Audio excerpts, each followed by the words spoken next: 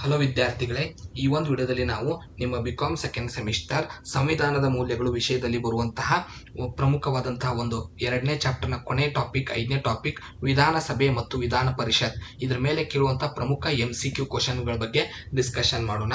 ಮೊದಲನೇ ಪ್ರಶ್ನೆ, ವಿಧಾನಸಭೆಯ ಮುಖ್ಯ ಕಾರ್ಯ ಯಾವುದು? ರಾಜ್ಯಗಳಿಗೆ ಕಾನೂನನ್ನು ರೂಪಿಸುವುದು. ಕರ್ನಾಟಕ ವಿಧಾನಸಭೆಯ ಸದಸ್ಯರ ಸಂಖ್ಯೆ ಎಷ್ಟು? 224 ಸದಸ್ಯರು.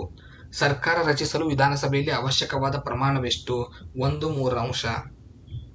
ವಿಧಾನಸಭೆಯ ಸದಸ್ಯರು ಹೇಗೆ ಆಯ್ಕೆಗೊಳ್ಳುತ್ತಾರೆ? ಜನರಿಂದ ನೇರವಾಗಿ ಚುನಾವಣೆ ಮೂಲಕ ಆಯ್ಕೆಗೊಳ್ಳುತ್ತಾರೆ. ವಿಧಾನಸಭೆಯ ಸದಸ್ಯರ ಅವಧಿ ಎಷ್ಟು ವರ್ಷ? ಅಧಿಕಾರಾವಧಿ 5 ವರ್ಷ. ವಿಧಾನಸಭೆಯ ಮುಖ್ಯಸ್ಥ ಯಾರು? ಸ್ಪೀಕರ್ ವಿಧಾನಸಭೆಯ ಮುಖ್ಯಸ್ಥನಾಗಿರುತ್ತಾನೆ. ಕರ್ನಾಟಕದ ಪ್ರಸ್ತುತ ಸ್ಪೀಕರ್ ಯಾರು? UT ಖಾದರ್.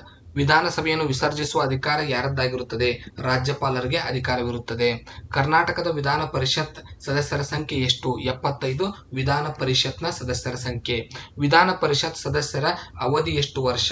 6 ವರ್ಷಗಳವರೆಗೆ ಅವರ ಅವಧಿ ಇರುತ್ತದೆ.